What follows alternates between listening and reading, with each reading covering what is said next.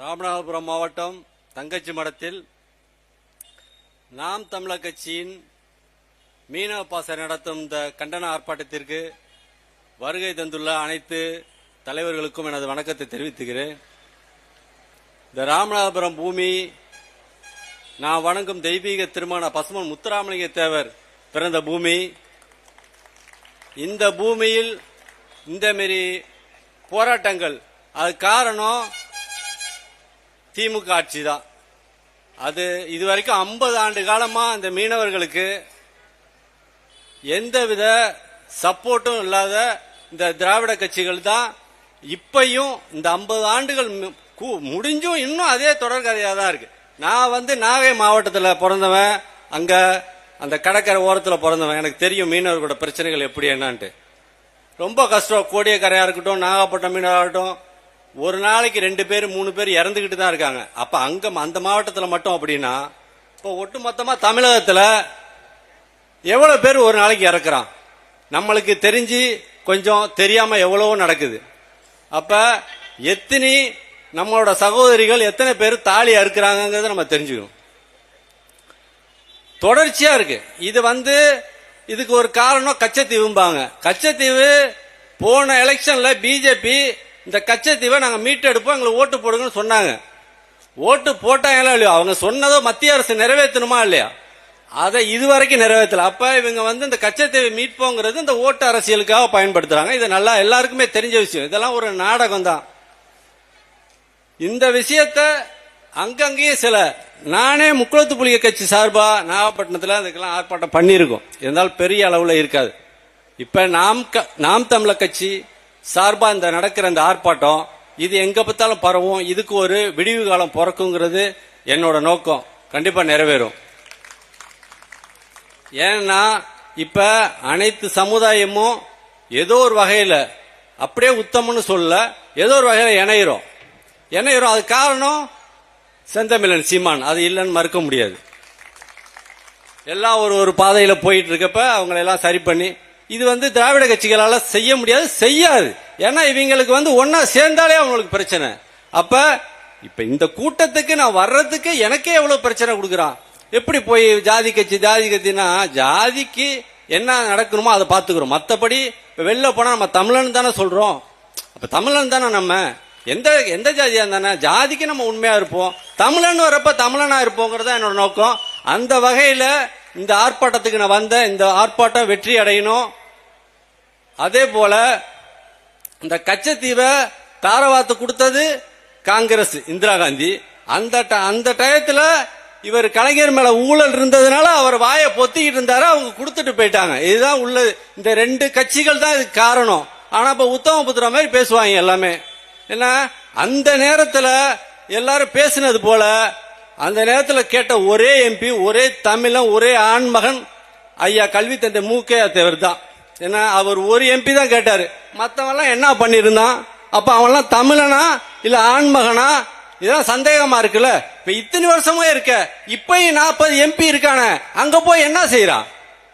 ஓ அப்பனோட பேனா வைக்கிறதுக்கு போய் நீ போய் அங்க மத்திய அரசு கிட்ட போய் மன்றாடுறிய.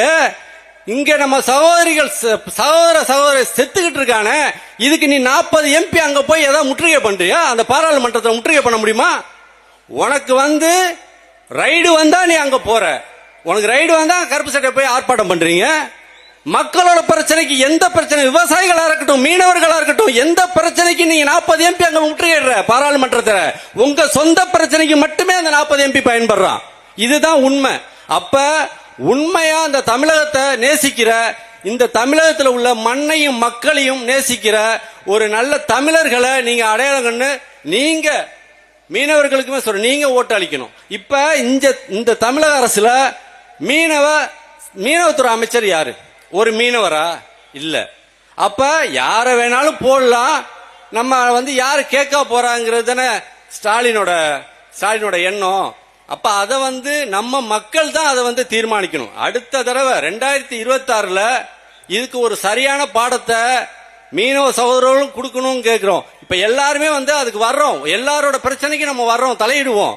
ஆனா எல்லாரோட பிரச்சனை, எல்லாரோட கோரிக்கையும் நிறைவேறணும்னா ஒரு ஒரு ஒரு ஒரு பெரிய தலைமை கீழே எல்லாமே இயங்கணும். அது நாம் தமிழர் கட்சி செந்தமிழ் சீமான் கீழே இயங்கணும்னு நான் கேட்டுக்கிறேன். ஏன்னா இந்த இப்ப உட்கார்ந்து இருக்க இந்த தலைவர்கள் எல்லாமே இதுல இருந்து பின்வாங்காம, ஏன்னா முன்னாடி ஒரு பாமக ஒரு டைம்ல அது மாதிரி பண்ணாங்க, ஆனா ஒரு டைம்ல போயிடுச்சது. ஆனா இப்ப திருப்பி இதை வந்து செந்தமிழ் சீமான் எடுத்திருக்காரு, ஒரு நல்ல விஷயம். ஆனா இது வந்து அப்படியே ஃபாலோ பண்ணி போகணும். இதுல எது பின்னடைவும் இல்லாம போனோம்னா கண்டிப்பா நம்மளுக்கு இங்க உள்ள தமிழர்களுக்கு வெற்றி நிச்சயங்கிறத நான் இந்த நேரத்தில் சொல்லிக்கிறேன். அதே போல இப்ப நடக்கிற இந்த பிரச்சனைகள் நமது தமிழ் தேசிய தலைவர் பிரபாகரன் இருந்திருந்தா ஒரு பய அந்த மீனவனை தொட முடியுமா? அவன் வந்து அங்க பலகீனமா, அந்த விடுதலை புலிக அங்க பலகீனமானதுக்கு அப்புறம் தானடா நீங்க அடிக்க முடியுது. அவர் உயிரோட இருந்தப்ப அவங்களால அடிக்க முடியுமா? எப்படி இங்க கர்நாடகாவில் மேதாது விவசாய பிரச்சனைகளுக்கு வீரப்பனார் இருக்கப்ப அடங்கி இருந்தானோ, அதே போல விடுதலை புலி பிரபாகரன் இருந்தப்ப ஒரு தைரியம் இல்ல, தெம்பு இல்ல.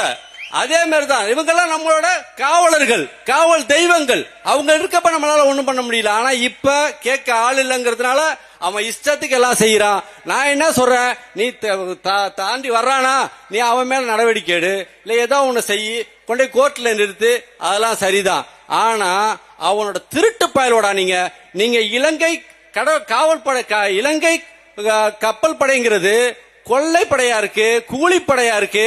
நீ வந்து எங்க மீனவர்கள் பிடிச்சிட்டு வர மீனை பிடிங்கி திங்கிற, அவன போட்ல உள்ள டீசலை உருவுற, அவனோட செல்வ எல்லா கருவியை உருவுற, எல்லாமே செய்யற. அவங்க ஆடைகளை பங்கப்படுத்துறீங்க, அவங்களை அசிங்கப்படுத்துறீங்க.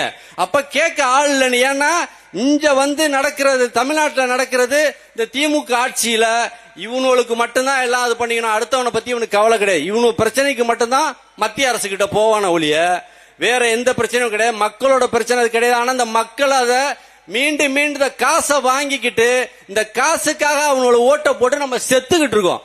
அப்ப அடுத்த முறையாவது நீ திருந்தலன்னா செத்துக்கிட்டு தான் இருப்போங்கிறத என்னோட நிலைமை. ஆகையினால இந்த போராட்டம், இந்த மீனவர்களுக்கான போராட்டம் நாம் தமிழர் எடுத்திருக்காங்க. இதை விடாம நம்ம தொடர்ச்சியா கொண்டு போய் அந்த மீனவ சகோதரர்களுக்கு நம்ம ஒரு பாதுகாப்பா இருக்கணுங்கிறத இந்த நேரத்தில் நான் கூறி விடைபெறுகிறேன். நன்றி, வணக்கம். அடுத்ததாக மல்லர் சேனை தலைவர் பழனிவேல் ராசன் அவர்கள்.